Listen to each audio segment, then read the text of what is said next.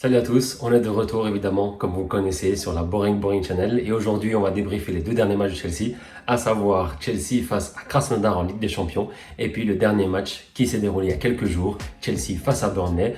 Vidéo un petit peu plus courte évidemment que les précédentes puisque bientôt la trêve internationale, forcément je laisse une prochaine vidéo sur les deux derniers matchs juste avant la trêve.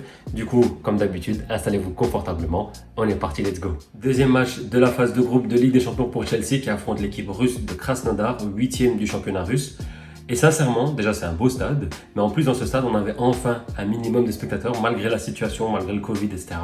Et il y avait des spectateurs, je vous avoue, ça fait du bien. Côté compo, on avait quelques petites surprises de la part de Lampard. On a déjà la formation, c'est du classique, je dirais 4-2-3-1. On a la surprise, c'était l'apparition de Rudiger dans cette défense avec Zouma.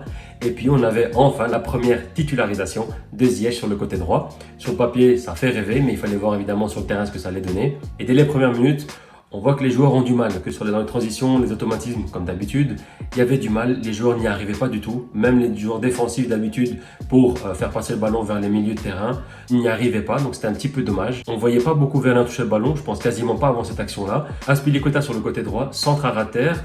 Werner arrive à se défaire de son défenseur, il l'accroche, Werner tombe, ça fait penalty premier, en tout cas de Chelsea dans cette partie-là. Jorginho, on pense qu'il va la mettre.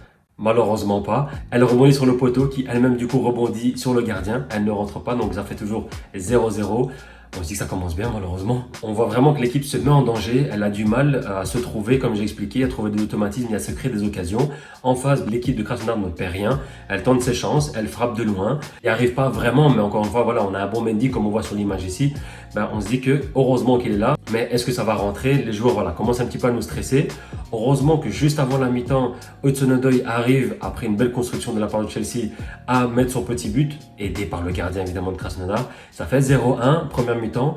On souffle un petit peu, mais c'est pas non plus ouf parce que comme j'ai dit sur la première mi-temps, clairement sur les 45 premières minutes, c'est vraiment pas beau à voir. Il a fallu quand même attendre en deuxième mi-temps la 70e minute pour enfin voir un changement tactique déjà en 4-3-3 de la part de Lampard et puis des changements au niveau des joueurs pour cette fois-ci avoir un milieu à 3, Kanté, Havertz et Mount. Et puis en attaque, on avait Pulisic, Ziyech et puis Werner. Et on voit clairement que ça a porté ses fruits parce que quelques minutes plus tard, on voit un penalty obtenu par Pulisic qui est transformé cette fois-ci par Werner puisque Jorginho était descendu évidemment. On a le 0-3 pour Ziyech qui met enfin son premier but avec Chelsea. Et à la fin du match, pour clôturer, on a un 0-4. Pulisic, il va de son propre but aussi. Donc voilà, on s'en sort bien malgré tout. Première mi-temps vraiment pas belle, vraiment difficile. On a une deuxième mi-temps bien meilleure, surtout depuis les changements effectués par Lampard. On repart encore une fois avec un clean sheet, ça fait plaisir. Mendy est là, comme j'ai dit, il a eu un ou deux arrêts à faire, mais c'était pas non plus oufissime en face. C'est la plus grosse victoire de Chelsea en Ligue des Champions sur les 3 dernières années, c'est pour dire. Et puis grâce à cette victoire, Chelsea gagne la première place dans ce groupe de Ligue des Champions.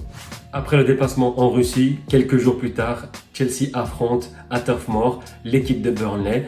Ça va être un match assez costaud, assez difficile. La composition, enfin, je pense que Lampard a compris qu'il fallait remettre plutôt le 4-3-3 cette fois-ci avec les joueurs qu'il avait à sa disposition. On a un Kanté juste devant la défense. On retrouve enfin Thiago Silva qui était juste absent et laissé au repos le match précédent. Et puis, on avait surtout enfin en première ligue la première titularisation de Ziyech à droite.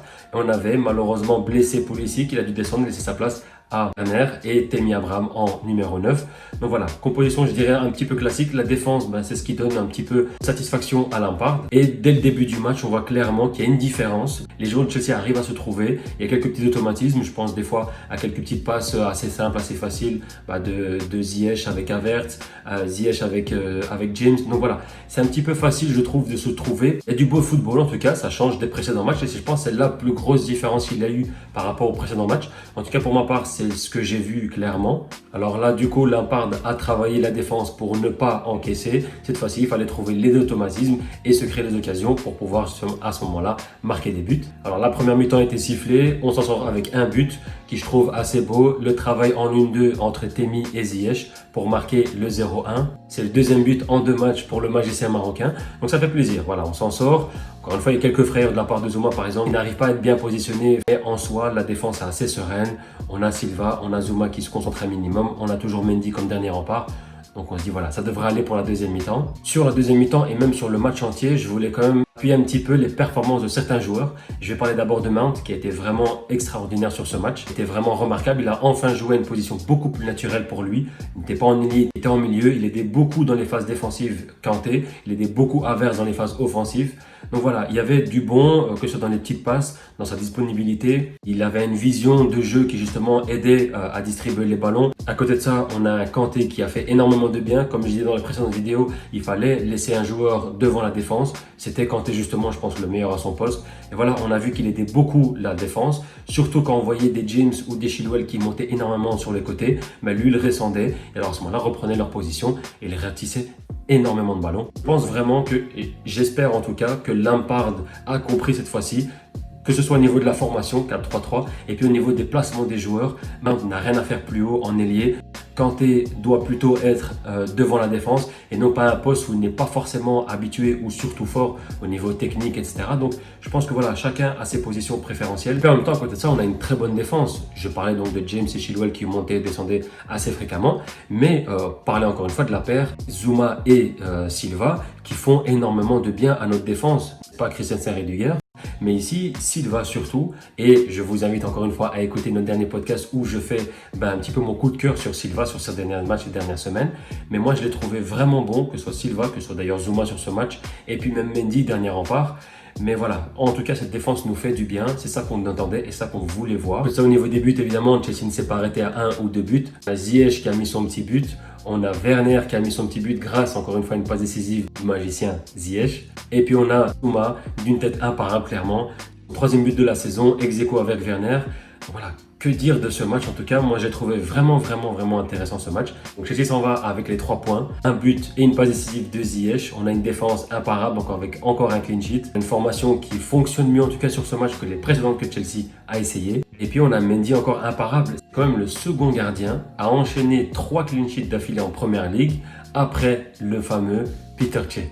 Donc les prochains matchs pour Chelsea, ce sera en Ligue des Champions face à Rennes à domicile. Ça, ce sera mercredi soir. Et puis le week-end prochain, je pense que c'est samedi si je ne me trompe pas, ce sera face à Sheffield. Donc voilà, j'ai hâte de voir ça juste avant la trêve internationale. Mais je pense qu'après la bonne victoire, le bon match face à Burnley, ça devrait être beaucoup mieux en tout cas dans le jeu, dans l'animation offensive surtout. Je vous invite évidemment à liker cette vidéo, à la partager. N'hésitez pas à nous rejoindre évidemment sur tout ce qui est réseaux sociaux. Je mettrai tout ça en description. Et puis évidemment, comme vous connaissez, après chaque sortie de nouvel épisode du podcast, je vous invite toujours en description à cliquer sur le lien Spotify ou SoundCloud, comme vous voulez, pour écouter notre dernier podcast. On parle, comme j'expliquais, de Silva, on parle des performances de Chelsea, de Lampard, enfin voilà. Je vous laisse évidemment vous faire votre propre idée et n'hésitez pas à nous faire de retour sur les différents réseaux sociaux. Entre-temps, prenez soin de vous, profitez de ce confinement évidemment et on se retrouve sur une prochaine vidéo. Ciao, ciao.